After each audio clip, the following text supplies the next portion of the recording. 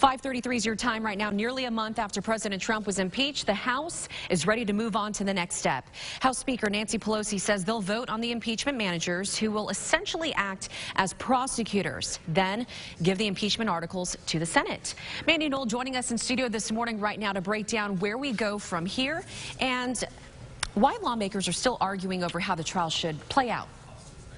Today's House vote means the Senate trial could start next week, but as of right now, we still don't know what the trial will actually include, mainly whether witnesses will be called or allowed to testify. Here's how the timeline lays out. Pelosi will name the impeachment managers sometime this morning. Of course, that's House Speaker Nancy Pelosi. Once the House approves them, the articles go to the Senate. After that comes the start of the Senate trial. Formalities come first and the opening arguments next week. Until then, Republicans and Democrats still torn, arguing whether we should hear from witnesses or not. Democrats say you can't have a trial without witnesses, but Republicans say the House should have taken care of that during their own hearings.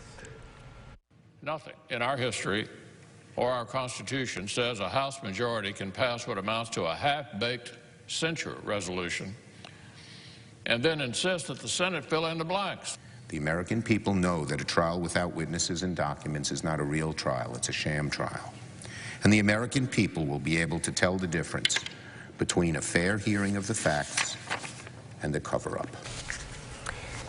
If the Senate does not call witnesses, it would be the first impeachment trial in history to do so. Suzanne? All right, Mandy, thanks. The debate over witnesses is the focus of our big question of the day. We want to know whether you think the Senate should call witnesses to testify during the trial. That's right. We posted this question on our Facebook page. So let's go ahead and take a look at what some of you are saying here this morning. Tammy says, no, we need to get this over with and get on with the country's business. Yet Perry said, absolutely. If they are going to dedicate the time and the money that has been spent, then trust must prevail so we can move on. Truth must prevail so we can move on. Sorry. And then MAMAW Debbie. What's going on, MAMAW? There she is. She thinks they should put this mess to the side and let the president do his job, and they should stop interfering. MAMAW Debbie, bringing it in strong as always. Once again, we want to continue to keep on having you be a part of the conversation. Go to that Facebook page, let us know what you think.